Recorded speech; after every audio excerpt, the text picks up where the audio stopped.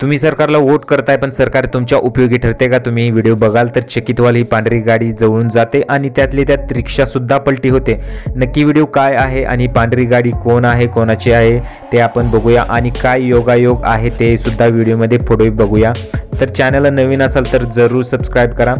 तर हा video UP मधला आहे आणि तुम्ही बघू शकता जी रिक्षा पलटी झालेली आहे आणि त्यांच्या जवळून जी कार आत जाते, तर पलटी झालेल्या रिक्षातील लोकांनी त्यांना वोटिंग केलेलं आहे, म्हणजे मतदान केलेलं आहे आणि तुम्ही रस्त्याची अवस्था बघू शकता कशा प्रकारची झालेली आहे। परंतु तरी सुद्धा त्या लोकांची विचारपूस सुद्धा केलेली नाही। त्या लोकांनी मतदान केलेलं आहे आणि तुम्हाला पोलिसांची गाडी सुद्धा दिसते। ज्या लोकांची गाडी रिक्षा जी पलटी झालेली आहे त्यामध्ये एक महिला सुद्धा आहे, त्यांची साधी विचारपूस केली नाही त्यांना किती लागले आहे, काय झाले आहे त्यांचे।